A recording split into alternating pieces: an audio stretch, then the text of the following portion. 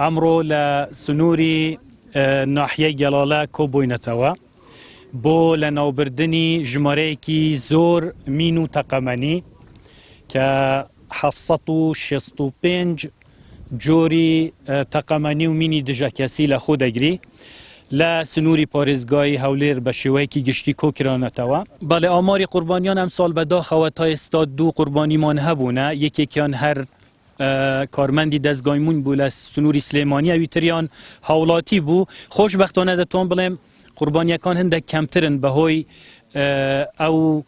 کۆنتڕۆلەی کە سەر هاتوچوو هەیە و قەدەغەی هاتوچوو بەڕاستی ئەم لایەنە ئیجابیایی هەبووە کە تا ڕادەیەکی زۆر ژمارەکان کەمتر بووە، چونکە وەرزی کۆکردنەوەی گژوگیایە و خەڵک بە زۆری سەردانی ناوچەی کوێستان ئەوانەیان دەکرد. و ئێمە لێرەش